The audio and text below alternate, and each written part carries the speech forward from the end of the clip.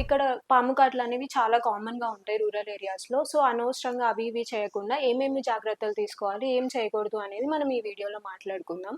First పాము కాటు కరిచినప్పుడు panic అవ్వకుండా పేషెంట్‌ని కామ్ చేసి ఏవైతే టైట్‌గా వేసుకున్న వస్త్రాలు గానీ, రింగ్స్ కానీ, కడియాలు గానీ అలాంటివి ఉంటాయో తీసేయడానికి ట్రై చేయండి. ఇంకొకటి ఏంటి అంటే ఎక్కడైతే కరిచిందో దాన్ని హార్ట్ లెవెల్‌లో కొంచెం కిందకి పెట్టడానికి ట్రై చేసి ఇమ్మీడియేట్‌గా అక్కడ, ఇక్కడ అని ఆలోచించకుండా దగ్గరగా అవైలబుల్ ఉన్న హాస్పిటల్స్‌కి తీసుకెళ్లడానికి ట్రై చేయండి. ఇంకొకటి చేయకూడనివి ఏంటి? అనవసరంగా చాలా మంది దాన్ని అక్కడ కరిచిన దగ్గర చుట్టూ కోసేయడం గానీ, లేదు అంటే పంటితో పీకి ఆ వినం తీయడానికి ట్రై చేయడం ఇలాంటివన్నీ చేయొద్దు.